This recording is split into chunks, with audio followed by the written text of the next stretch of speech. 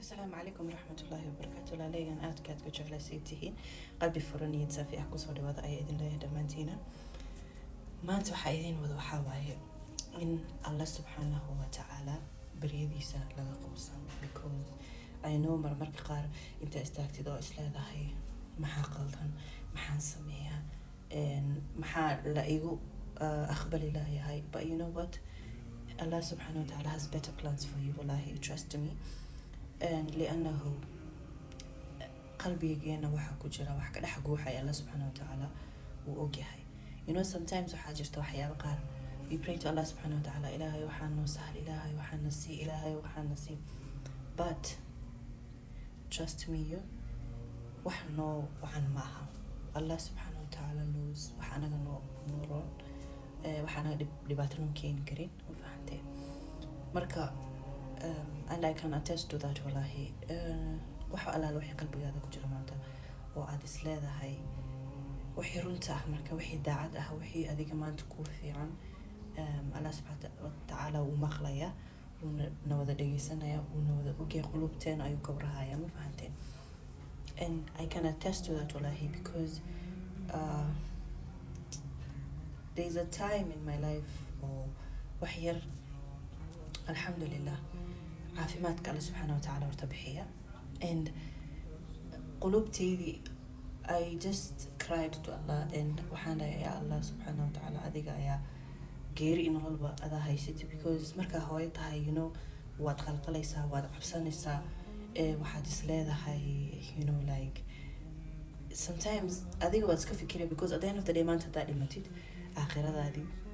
maxaa shaqaysatay, maxaa camal u shaqo camal ahaan wadataa maanta, because qabriga keliga ayaa galaysid soo xasuuso.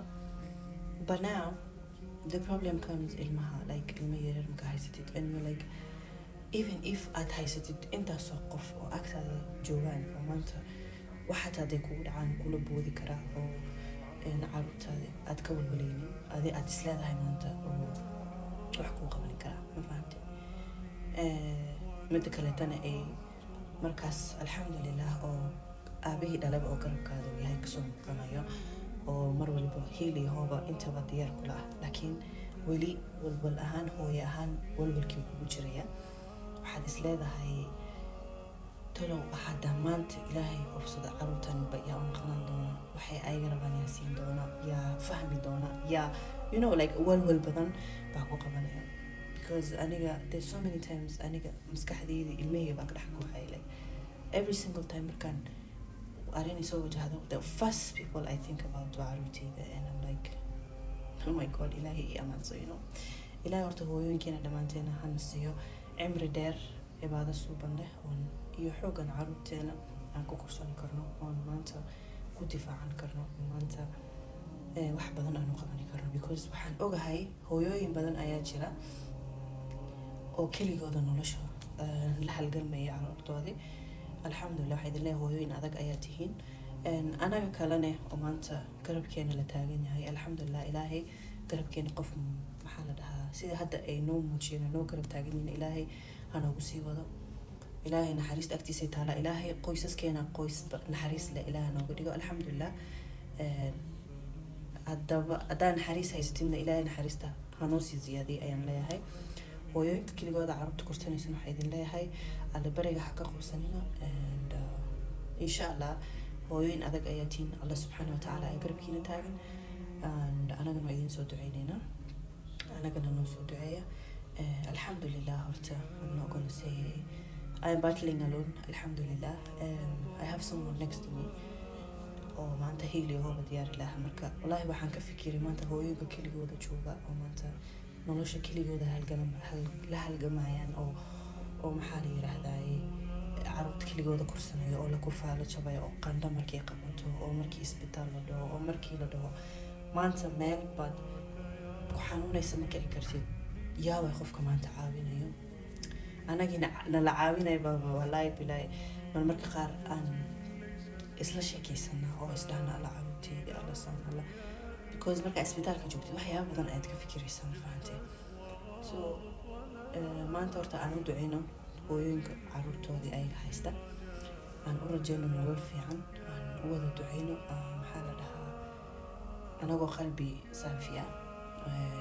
aan wada duceyno marka ilaahay garabkooda ha galo anaga kalena ilaahay garabkeena ha galo ilaahay maaragtay caafimaad tamahan wada sii dhammaanteena hooyooyinkeena dhammaan iyo aabooyinkeena meel walbay joogaan because ayaga maxaa la dhaha kuwa caruurtooda og kuwa caruurtooda u dagaaltama kuwa caruurtooda u shaqaysta ilaah waxaan leeyahay meel walba ay joogaan ilaahay ku ammaanso ilaahay xoogooda u siyaaday ilaahay maxaa la dhahaa cibaadadoodii ku toosi ayaan leeyahay anagana ilaahay cibaadadeena ha nagu toosiyo ilaahay alla barigiisa inaysan ka quusanin ilaahay ha naga dhigo dadkii oo maanta alla ka cabsi ku weyn oo alla bariga ku badan